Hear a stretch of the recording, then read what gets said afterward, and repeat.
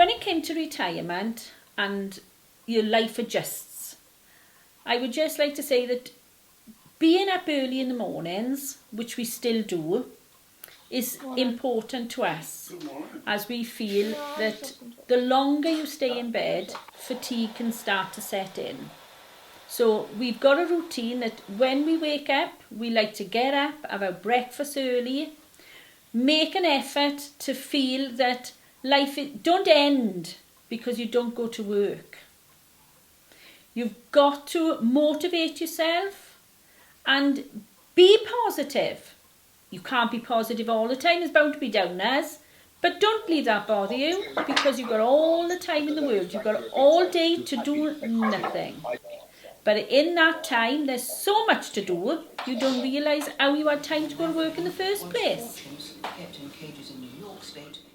After breakfast now, Keith, I leave about 8 o'clock. We're going to pick up Courtney now. We're going to go up to Bedlinog. I do this on a Wednesday morning and a Thursday morning. But I enjoy doing it, I don't mind doing it, because it's not as if you've got any ties and it gives you something to do.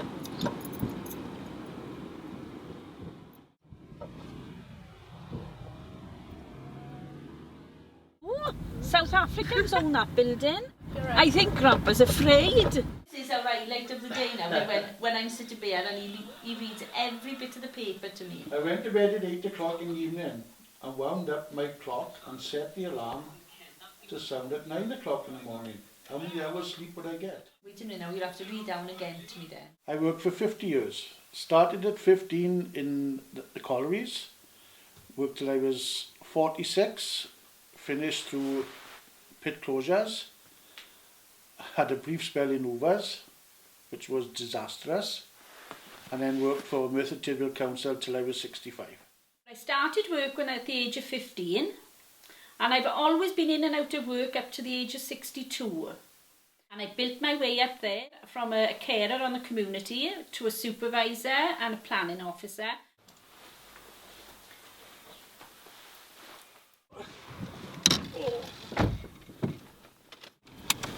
Can you think now? We are going to get a card for your father for his birthday. And then we're going back to Farm Foods to get a few things for the freezer and some Cokes.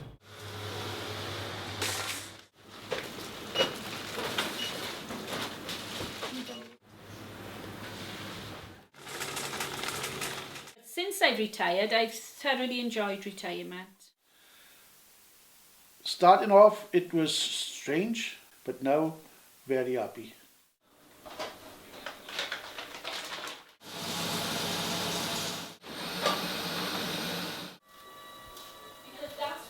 Because Grandpa insists to do all the cooking. I don't even think he listens to you. No, I don't.